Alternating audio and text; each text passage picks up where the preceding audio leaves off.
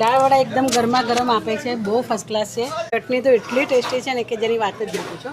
ભર શિયાળામાં અહીંયા કાન નીચેથી પરસેવો નીકળે તો કહેવાય કે ભજીયા ખાતા. અને પથ્થરમાં જ પીસીએ છે આજની તારીખમાં. અને આ દાળવડા જોઈ લો, અને પોચા રૂ જેવા સર, દાંત વગરનો માણસ કહીએ કે એકદમ પોચા દાળવડા. અમદાવાદમાં ચટણીની શરૂઆત ભજીયામાં અમે કરી, કારણ કે આજુબાજુ બધી ટોટલી જૈન વસ્તી હતી પહેલા, જો ઓલ્ડ અમદાવાદ સિટીમાં. આજની તારીખમાં અમે ભજીયામાં કોઈ જાતની લસણ ડુંગળીનો યુઝ કરતા નથી. ચટણી બી ફુદીનાની આજે એકદમ યુનિક ટેસ્ટમાં બનાવીએ છીએ. મિત્રો, માણેક ચોકમાં જૂના શેર બજાર ચવાણાવાળા જે આઇકોનિક જે જગ્યા છે, જે વર્ષો જૂના છે, એ સિવાય પણ હું આજે એક જગ્યા તમને બતાવવા ચાહું છું, જે એ પણ વર્ષો જૂની છે. તો આ જે જગ્યા આવી છે એ આ જૂના શેર બજાર ચવાણાવાળાની બિલકુલ બાજુમાં છે.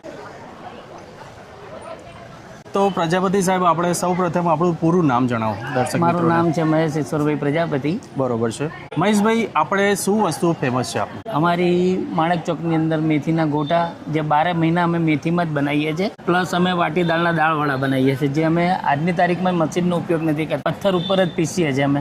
બરોબર છે. બીજી અમારી યુનિક છે જે ચટણી, ગ્રીન લચકો ચટણી ગ્રીન, જે અમે અમદાવાદમાં ચટણીની શરૂઆત ભજીયામાં અમે કરી, કારણ કે આજુબાજુ બધી ટોટલી જૈન વસ્તી હતી પહેલાં, જો ઓલ્ડ અમદાવાદ સિટીમાં. બિલકુલ. અને લસણ ડુંગળી ઓછા ચાલતા હતા. આજની તારીખમાં અમે ભજીયામાં કોઈ જાતની લસણ ડુંગળીનો યુઝ કરતા નથી. સરસ. અને ચટણી બી ફુદીનાની આજે એકદમ યુનિક ટેસ્ટમાં બનાવીએ છીએ. બરોબર છે. અને આપણા જે ભજીયા હાઉસનું જે નામ છે એ શું છે?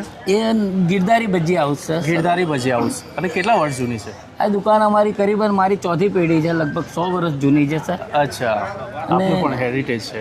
અને લગભગ 75-80 વર્ષ પહેલાં ગુજરાતી મૂવી આવી હતી, સમય વર્તે સાવધાન, એમાં બી અમારી દુકાનનું શૂટિંગ છે સર. જી. મહેશભાઈ, આપણે હવે જઈશું અને ડિટેલમાં અમને માહિતી આપો. આ છે આપણી ગિરધારી ભજીયા હાઉસ. દુકાન છે નાની, પણ વસ્તુ મળે છે ફાંકડી. અને આજે ગ્રાહકની સામે જ કોઈ દાડો અંદર સંતાડીને વસ્તુ નથી બનાવતા. 12 મહિના મેથી. બરોબર છે. 12 મહિના મેથીના ગોટા બનાવીએ છીએ, દાળવાળા બનાવીએ છીએ, સરસ મસાલાવાળા બટેકાવાળા છે, બટેકા ચિપ્સ છે. મેથીના ભજીયા એકદમ યુનિક છે, વ્હાઈટ. અને અંદર કોઈના બી ભજીયામાં આવી જાળી નહીં પડતી હોય સર, જો આખી જાળીવાળા. બિલકુલ. આ મેથીના ભજીયાની ઓળખ છે. આ મેથીના ભજીયાની ઓળખ. જાળી પડશે જ નહીં કોઈના ભજીયામાં. અમારા ભજીયામાં જો જાળી હશે, અને એકદમ વ્હાઈટ. દાળવડા મેથીના ગોટા બે જોડે નાખીને દાળવડા લાજ થશે, પણ મેથીના ગોટા વ્હાઈટ જ રહેશે. નાની ઓટલાવાળા દાળવડાવાળા ગણાય છે કે ભાઈ ઓટલાવાળા. માણેક ચોક શેર બજાર ગિરધારી ભજીયા હાઉસ. અમારા દાળવડા છે, મેથીના ગોટા છે, બટેકાવાળા છે, બટેકાની ચિપ્સ છે. આ યુનિક અમારી ફુદીનાની ચટણી છે, ગ્રીન. બરોબર છે. અને જોડે ખજૂરની ચટણી આલીએ છે અંદર મિક્સ. જી.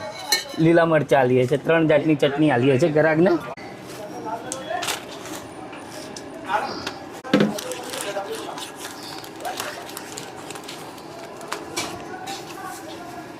જી સાહેબ, આપણે કેટલા ટાઈમથી ખાઈએ છીએ? 35 વર્ષથી. 35 વર્ષ થઈ ગયા. અને કઈ વસ્તુ વધારે પસંદ છે? આ બટાકા ચિપ્સ જ વધારે પસંદ હોય છે દાદાને અમારા.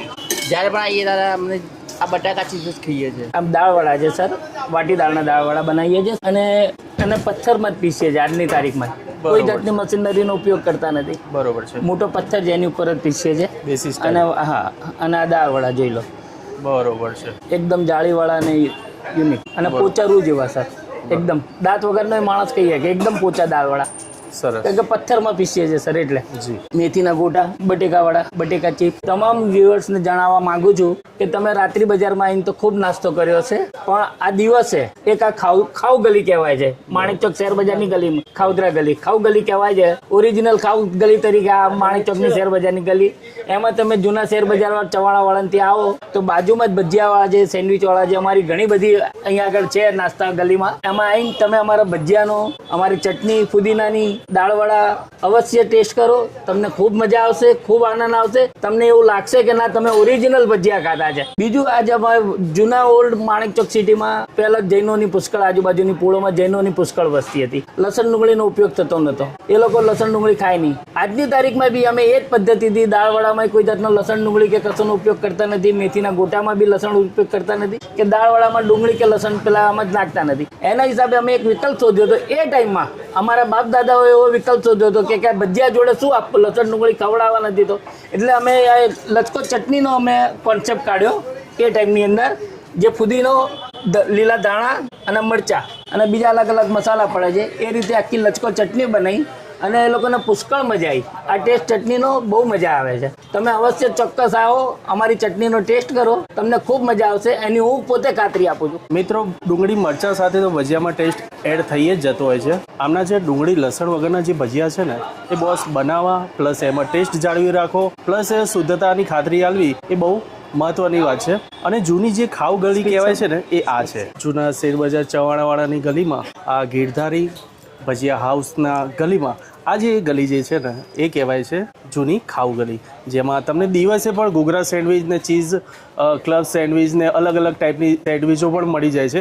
રાત્રે તો મળે જ છે પણ દિવસે પણ તમને અહીંયા મળી જશે. મિત્રો હું અહીંયા વિડીયો ઉતારવા આવ્યો, મને 2-3 જણે રિક્વેસ્ટ મોકલી હતી કે ગીરધારી ભજીયા હાઉસનો વિડીયો બનાવજો અને ત્યાંના ભજીયા ચાખજો અને ટોટલી જેન્યુઅન રિવ્યૂ આલજો કે તમને ભજીયા કેવા લાગ્યા. તો આપણે હવે આ ભજીયા ટેસ્ટ કરીશું. ટેસ્ટ કર્યા બાદ હું આપને જણાવું કે એમની ક્વોલિટી અને ટેસ્ટ કેવો છે. મિત્રો આપણે એમનું આઇકોનિક મેથીના ભજીયા પ્લસ બટાકાવાળા બટેકા ચિપ્સ, ટિક્કી અને દાળવડાનો એક પીસ લીધો છે. ટેસ્ટ કરીને આપણે જણાવું કે એના ભજીયા કેવા છે. અગાઉ જે મેં એમને જણાવું કે આ રીતના મેથીના ભજીયા છે. પ્યોર મેથીનો ટેસ્ટ ના. મેં આમાં કોઈ ચટણી એડ કરી છે ના મરચાં. પ્રોપર મેથીના જે ભજીયા બનાવીએ આપણે, અને અત્યારે શિયાળો ચાલે છે એટલે તો મેથી બહુ લાભકારક તો છે જ, પણ 12 માસ મળે છે આપણે ત્યાં. 12 માસમાં આવશો તો આ જ ક્વોલિટી તમને અહીંયા મળશે. આનું બેનું કોમ્બિનેશન બહુ ટોપ છે સર. ચટણીનું બેનું બિલકુલ ટેસ્ટ અલગ છે. મિત્રો એમની કોથમીર પુદીનાની જે ચટણી છે ને એ પણ ટેસ્ટ એકદમ પ્યોર છે. કોઈ મિક્સરમાં ગ્રાઇન્ડ કર્યું એવું લાગતું જ નહીં. અને ખલ ઉપર જે આપણે વાટીને જે ચટણી બનાવીએ એ રીતની છે. ચટણી પણ એકદમ થીક છે અને ટેસ્ટ એકદમ યુનિક આવી રહ્યો છે, પ્યોર. એમના બટાકાવાળા પણ બહુ ફાઇન છે. બટાકાની અંદર જે ફિલિંગની સાથે જે મિક્સ એમનો મસાલો છે, શરદી પૂરતો આદુ ને એ બધું નાખ્યું એવું લાગે છે. લીલા મરચાં આવે, આદુ આવે, બરોબર છે. કોથમીર આવે, બરોબર છે. પુદીનાના પત્તા આવે થોડા. શિયાળામાં આવું તીખું તમતમ તો વધારે પસંદ હોય છે. ભર શિયાળામાં અહીંયા કાન નીચેથી પરસેવો નીકળે તો કહેવાય કે ભજીયા ખાધા. બિલકુલ સાચી વાત છે.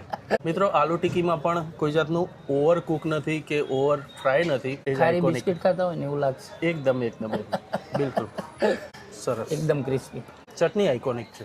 અને એ લોકો ભાખરી જોડે અને શિયાળો આવે ને સર ત્યાં મેથીના થેપલા બહુ ખાય એ લોકો, જૈન લોકો. બિલકુલ એની જોડે ચટણી પુષ્કળ ખાય. ઓકે, રોટલીમાં ખવાય એવી છે. હા બસ.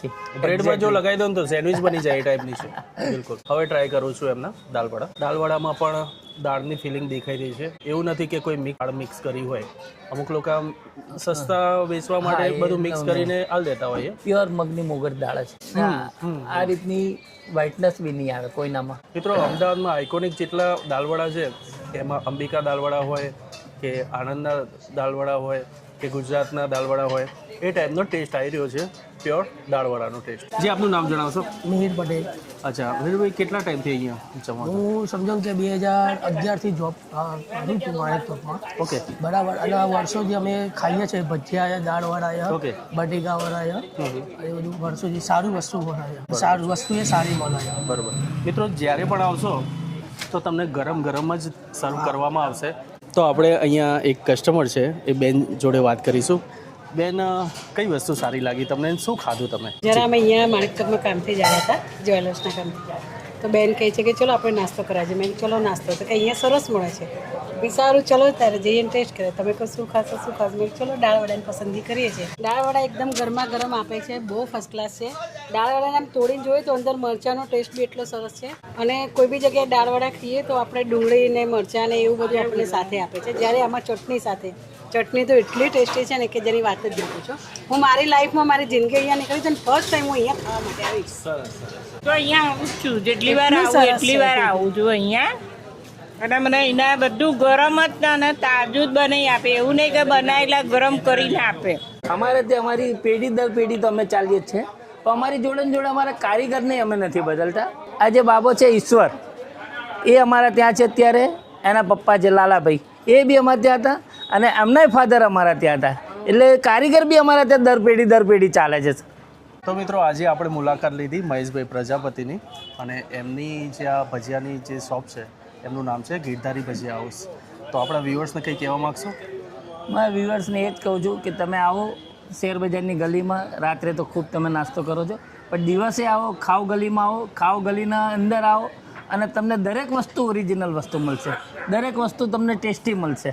પ્લીઝ વેલકમ અને અમારા ત્યાં અમારી મુલાકાત લો. તો આ હતો મિત્રો ગિરધારી ભજીયા હાઉસનો વિડીયો. આ વિડીયો આપને કેવો લાગ્યો મને કોમેન્ટમાં જરૂર જણાવજો અને આ રીતના વિડીયો આગળ જોવા માટે મારી ચેનલ સબસ્ક્રાઈબ કરી દેજો. તો મળીએ એક નવા વિડીયો સાથે, ત્યાં સુધી રજા આપજો. જય માતાજી.